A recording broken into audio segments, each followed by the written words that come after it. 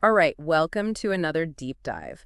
You know how this works. You give us the source material, and we go spelunking for those hidden gems of information, really those key insights and surprising facts to help you understand these complex, sometimes mind-bending topics. Absolutely, and it's particularly mind-bending today because we're taking a deep dive into a YouTube transcript you sent us, a conversation between Clif High and Alex Merklinger titled Information About Consciousness, Psychic Abilities. Wow, that title alone is a mouthful. Consciousness, psychic abilities, I mean, where do we even begin with all that? Well, they cover a lot of ground, but one of the central themes is how analyzing language on a massive scale, like the internet, can give us hints about future trends. Almost like a glimpse into collective consciousness. So Cliff High, he's the guy who's been doing this kind of analysis for a while now, right? I've heard his name before. Right, and his approach is pretty unique. He talks about monitoring the shelf life of the emotional content of language. Shelf life. That's an interesting way to put it. So he's not just looking at the words themselves, but the emotions behind them. Exactly. He's interested in the underlying feelings and sentiments that language conveys, even if they're not explicitly stated. Like, think about receiving a formal legal letter, right? Yeah, not exactly a happy experience. The language might be neutral, even polite, but the emotional impact on the recipient could be significant. Anxiety, fear, maybe even anger. Right. You get that sinking feeling in your gut, even if the words themselves aren't threatening. And Cliff High suggests that changes in these large-scale emotional patterns of language might actually precede real-world events or trends. So like a canary in a coal mine, but for society as a whole? Yeah, kind of. It's like our collective unconscious mind is reacting to something before it even fully enters our conscious awareness, and those subtle emotional shifts show up in the way we communicate online. That's a fascinating idea. I mean, how does he even track all of that? The internet is so vast and chaotic. He uses these really sophisticated computer programs, blending linguistics and technology, to sift through all that data. Ugh. Like he gave the example of a gardening forum, of all things. Gardeners, what are they so worried about? Well, his program picked up a sudden spike in fear-related emotional quotients in their discussions. Like gardeners, who are usually focused on growth and nurturing, suddenly started expressing a lot of fear and anxiety. Huh. That is weird. You almost think they had some kind of premonition of something bad happening. And that leads to a really interesting concept he calls psychic leakage. Okay, now we're getting into the really mind-bending stuff. So his theory is that in any large population, statistically, you're going to have individuals with varying degrees of psychic abilities, like a bell curve. And not just those who identify as psychic, but also people who are just naturally intuitive or insightful. So like geniuses, basically. Yeah, exactly. And the point is, many of these individuals might not even be consciously aware of their heightened sensitivity or intuition. But their feelings, their hunches, their premonitions, those could all be subtly influencing the language they use online. Right. And that collective, often unconscious emotional undercurrent, that's what he calls psychic leakage. Hmm. And is what his programs are trying to detect. Like, it's almost like tapping into a collective unconscious, kind of like what Jung and Freud talked about. I'm starting to see how all of this ties together. But before we go too far, maybe we should define what we even mean by psychic ability in this context. Yeah, that's important. To me, psychic ability is simply the ability to perceive information outside of the normal five senses. So it's not like some supernatural power, but more like a natural human capacity that just varies from person to person, like eyesight or hearing. Precisely. It's like you were saying earlier about being able to see unlimited distances using your mind. Right.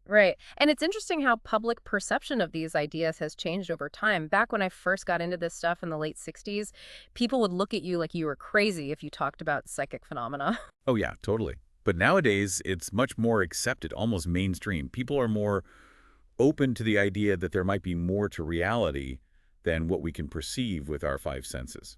And Cliff High made a good point about how governments denying the existence of psychic phenomena can almost be seen as a contrary indicator. Like if they're so adamant about denying it, maybe there's something to it. It makes you wonder, doesn't it? But let's shift gears for a moment and talk about a different perspective on psychic ability from the philosopher Daniel Dennett. Oh yeah, Dennett. He's got a more grounded, less mystical take on things. Right. He defines psychic ability as the ability of the mind to detect complex patterns in the seemingly random action of chaos. So it's about seeing patterns, making connections that others might miss. And if you think about it, our brains are constantly trying to make sense of the world by looking for patterns. Sometimes we even see patterns where they don't exist, like seeing faces in clouds or random objects. Right, like that whole pareidolia thing. Exactly. So maybe what we call psychic ability is just a heightened form of this natural pattern recognition ability. Like our subconscious or even superconscious mind is picking up on subtle patterns that our conscious mind isn't even aware of. And that could explain those aha moments, those sudden insights that seem to come out of nowhere. It's like our brain has been working on a problem in the background, and then suddenly the solution pops into our conscious awareness. So, kind of like how neural networks and artificial intelligence work by recognizing patterns in data. Yeah, there's a similarity there, although they also talked about the limitations of current AI, how deterministic systems struggle with true novelty and learning behaviors outside of their programming. Right, so even the most advanced AI can still be pretty limited compared to the human brain. But this ability to recognize patterns isn't just relevant to psychic phenomena. It's a crucial skill in all sorts of fields. Like in programming, expert programmers are really good at recognizing design patterns, spotting bugs, and seeing the big picture. Oh, yeah, for sure. And it's not just programming, it's also important in things like investing, recognizing market trends, or even just navigating everyday life. They even mentioned a field called opportunity scouting, which is all about recognizing patterns that signal potential opportunities in different markets and industries. So it's really about seeing the world differently, paying attention to those subtle clues that others might miss. And that's something we can all work on developing, right? Like it's not just an innate talent. Absolutely. And that's something you've explored a lot in your own work, helping people tap into their intuition and enhance their pattern recognition skills. Yeah, I think it's a crucial skill for navigating the increasingly complex world we live in. But let's get back to Clif High and his webbots. How do these things actually work? Well, he describes them as scanning massive amounts of online language data across multiple languages and alphabets, looking for changes in emotional tones and flavors. So they're not just doing simple keyword searches, but actually analyzing the emotional content of the text. Exactly. It's about understanding the emotional undercurrent, regardless of the specific words being used. Like he gave this great example of blood sausage recipes appearing in a gardening forum. Blood sausage in a gardening forum. That's random. The bots wouldn't flag the words blood sausage themselves as significant, but rather the unusual emotional blip associated with those words in that particular context. Like, Yeah. why are people in a gardening forum suddenly talking about blood sausage? And what kind of emotions are they expressing? That's really interesting. So it's all about context and recognizing when something is emotionally out of place. And they even have native speakers on their team to apply these emotional quotients to different languages, Yeah. recognizing that what might be emotionally charged in one culture might be completely neutral in another. That makes sense. Culture plays a huge role in how we express emotions. But it's kind of amazing to think about how much data these web bots are processing. Millions of online conversations constantly searching for those subtle emotional shifts. Yeah, it's pretty mind-boggling. And it's a far cry from the early days of the internet when things were much more open and less secure. Like, he talked about these robot.txt files that a lot of servers used to have. Robot.txt. What are those? It was basically a way for website owners to tell search engines which parts of their site to index. But it was also a way for anyone to see what kind of data was being collected. Like, it was a much more transparent, Wild West kind of internet back then. And during one of those early data sweeps, they actually stumbled upon the source code of another entity, a self-replicating program, potentially from China, that they called Ting or C. Yeah, and this program was designed to basically identify and catalog the contents of servers, kind of like a primitive version of what Google does today. Wow, so they were already indexing the internet back then. In a way, yeah. But it's interesting how the internet has evolved, become much more closed off and secure. Like, you wouldn't be able to just roam around servers like that anymore. Right, we're much more aware of privacy and security risks now.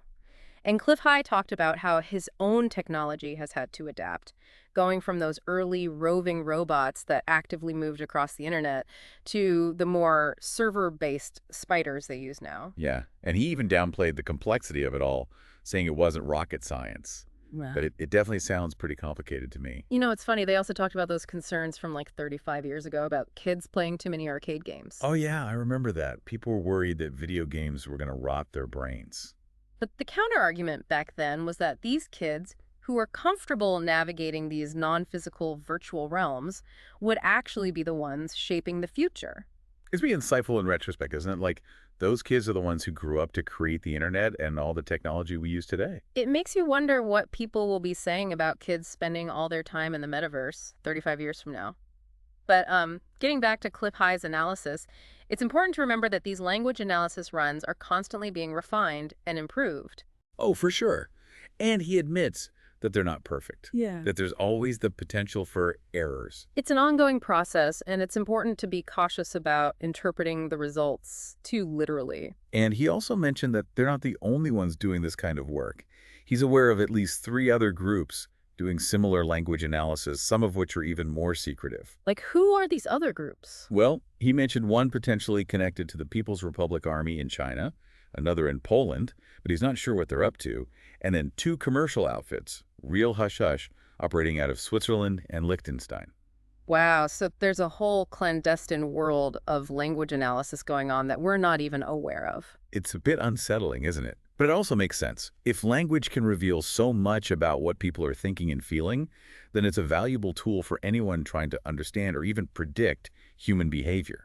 And they also talked about how language learning and cultural perspectives play a role in all this, like that joke about a trilingual person being a smartass, a bilingual person just being bilingual, and a monolingual person being American. Yeah, that highlights the different cultural attitudes towards language learning. Like in Yeah. the US and England, we tend to be pretty insular when it comes to languages, whereas in many parts of Europe, it's much more common to be multilingual. And knowing multiple languages can be a huge advantage, not just for practical communication, but also for understanding different cultures and perspectives. Absolutely. It can broaden your horizons and make you less susceptible to paranoia and those kinds of us versus them mentalities. They also talked about how Americans become foreigners really quickly in other cultures, whereas it takes a long time for foreigners to really understand American culture. Right, and that just shows how deeply ingrained our cultural perspectives are and how language is a big part of that.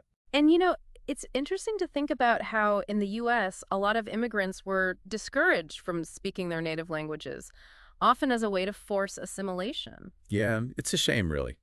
Losing touch with your native language can mean losing touch with a part of your cultural heritage? But they also talked about how there are these 2 primary windows for language learning before the age of 8, and then a smaller window in the late 50s. It's like our brains are wired to learn languages more easily during those periods. And that ties into the limitations of speed reading, right? Like, you can't really absorb information at high speed if you don't have a strong grasp of the vocabulary. Exactly. They gave the example of trying to speed read the Bible if you don't understand the language. It's just a jumble of words. Right, it wouldn't make any sense. And that led to their discussion of the Vortex program, which uses rapid word presentation to try to bypass conscious filtering and accelerate vocabulary acquisition. So it's like a way to hack your brain into learning faster. In a way, yeah. And you talked about your own success with teaching foreign languages rapidly by engaging the subconscious mind. Yeah, I think there's a lot of potential for tapping into the power of the subconscious when it comes to learning. The theta brainwave state was mentioned as being particularly important for early childhood learning, which is when our brains are most receptive to new information. It's fascinating how all of this started with just an interest in speeding up word processing and eventually led to these sophisticated web bots that are analyzing complex language patterns and trying to predict the future. It's a very indirect path. But it makes sense when you think about how language reflects so much of our inner world, our thoughts, our emotions, our beliefs. And on a practical level, some people have reportedly used the web bot data to make some serious money in the stock market, specifically with gold and silver. Yeah, they mentioned clients who saw returns of 10 to 20% per month by following the emotional trends identified by the web bots. But it's important to remember that the web bots just provide the raw data and interpretations. It's up to the individuals to use that information wisely and apply it to their own areas of expertise. Right, it's not like a magic formula for getting rich quick. You still need to understand the markets and make informed decisions. And Clif High was very clear that they don't use this technology for personal financial gain, even though they could potentially make a killing with it. He seems more interested in the bigger picture, understanding the broader trends and patterns that are shaping our world. And sometimes those trends emerge in unexpected ways. Like, they talked about running the web bots in serendipity mode, just letting the data lead them wherever it takes them. And that's how they stumbled upon that prediction about gold and silver, which wasn't something they were specifically looking for. So they're not always looking for specific answers, but just open to whatever insights might emerge from the data. Exactly. It's like a form of digital divination, casting the rooms of the internet to see what the future holds. And they've picked up on some pretty interesting things, like those disease-related patterns that emerged, even though they couldn't always pinpoint the specific disease. Yeah, like that strange reference to a sun-related disease that requires a large network of caregivers. It's unclear what that refers to, but it's definitely something to keep an eye on. It's like they're getting these glimpses into the future, but the details are still fuzzy. Right. And they talked about how sometimes their predictions are surprisingly accurate, even though they might misinterpret them initially. Like that prediction of a big emotional upset with military accident potential around the time of 9/11. Yeah, they were close, but they didn't quite see the whole picture. And then there was that sniper prediction, which they got a lot of details right about the perpetrators, like that it would be two individuals with Islamic and military connections. And that prediction of a terrible marine disaster seemed to foreshadow the Columbia Space Shuttle disaster with that chilling phrase, Jim of the ocean. It's amazing how sometimes their predictions are so spot on, even if they don't fully understand what they're seeing at the time. But it's important to remember that this is still a work in progress. They're constantly refining their methods and learning as they go. And they're very cautious about making definitive predictions. They acknowledge the complexity of time and how things can shift and change in unpredictable ways. So it's not about seeing the future as a fixed, predetermined thing, but more about understanding the possibilities and probabilities. Exactly. And one of the most fascinating things about this whole conversation is the philosophical implications. Like, what if these language analysis runs are actually showing us evidence of overarching influences on humanity? Like, are we all just puppets dancing to the strings of some unseen force? Well, it's more nuanced than that. It's not necessarily about being controlled, but more about recognizing that there might be larger forces at play that we're not fully aware of. Like a collective unconscious, or maybe even something beyond that. And the analogy they used of a shift from the Piscean age to the Aquarian age provides a framework for understanding these potential shifts in consciousness. Like maybe we're moving from an era of control systems and hierarchical structures to a more decentralized, self-organizing way of being. So instead of being ruled by governments and institutions, we're starting to connect and collaborate more directly with each other. Exactly. It's like a shift from top-down control to bottom-up emergence. But even if we can see these broad trends, how do we know how it's all going to play out? Like, how do individuals react to these shifts in consciousness? That's the unpredictable part. Everyone will respond differently, and it's impossible to say for sure what the outcome will be. It's like we're all in this giant experiment together, and we're all making it up as we go along. And they made a good point about how periods of growth and transformation often involve breakdown and stress. Like, things might get worse before they get better. It's like that saying, you can't make an omelet without breaking a few eggs. And sometimes what we perceive as negative experiences can actually be necessary for our spiritual evolution. So even the bad stuff can have a purpose in the grand scheme of things. Maybe so. And they talked about how some of the things we're seeing in the world today, like the spraying of chemtrails, might be examples of that older, more controlling Piscean way of thinking. But like trying to control nature instead of working with it? Exactly. But on the other hand, the concept of singularity, a period of rapid and accelerating change, has been present in their data since 1999. So it's like we're being pulled in two different directions, towards control and towards chaos. And the emotional tension seems to be building towards a release period around November 21st, with events like the City Sheehan protests and Hurricanes Katrina and Rita being potential triggers. So they're predicting some major upheavals in the coming months. It seems that way. They're talking about shocks originating in the United States that could impact health, financial markets, food supplies, and even freedom of movement. Wow, that's pretty intense. Like, are we talking martial law, food shortages, that kind of thing? It's hard to say for sure, but the emotional intensity they're seeing is significantly higher than what they saw before Katrina. So it sounds like things could get pretty bad. But there's also this underlying theme of rebellion emerging in their data.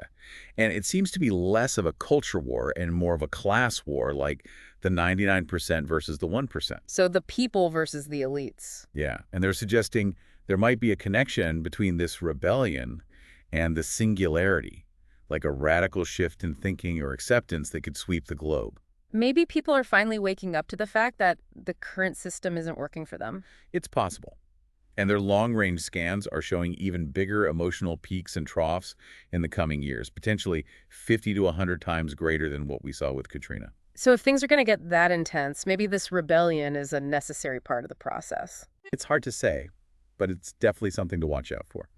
And, it's interesting how they accurately predicted the Northeast power outage weeks in advance, even pinpointing the location and political undertones. Yeah, that was pretty impressive. And they're also predicting negative developments in Iraq and increased scrutiny of the Bush administration, which fits with the themes of militancy and secrets being revealed. Right, and that rumor about Stephanopoulos reporting indictments for Bush and Cheney aligns with that as well.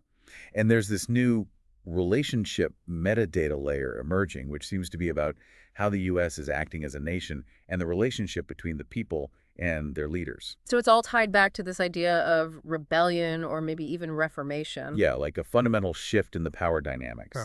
And that restricted movement prediction for June is still there, with potential causes ranging from fiat currency issues to resource shortages or even increased solar activity. The sun keeps popping up in their data going all the way back to 1997. It's almost like the sun is a key player in all of this, somehow. And they even touched on the possibility of government underground facilities and how those might play into this rebellion scenario. Like, if the elites try to escape the chaos by going underground, what will the people do? It's a chilling thought.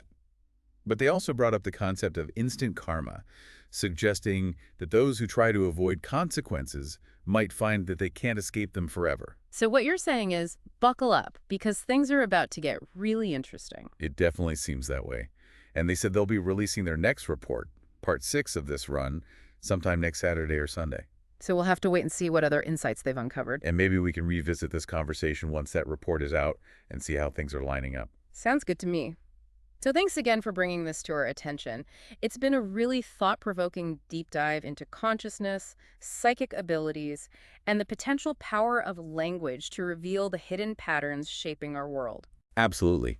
It's a reminder that there's always more going on than meets the eye, and that by paying attention to those subtle signals, we can gain a deeper understanding of ourselves and the world around us. And maybe even get a glimpse of what the future holds, for better or for worse. And considering all that we've discussed, the potential shift in consciousness, the themes of militancy, secrets revealed, and rebellion, I think the big question for all of us is, what role will individual awareness and conscious action play in navigating the future?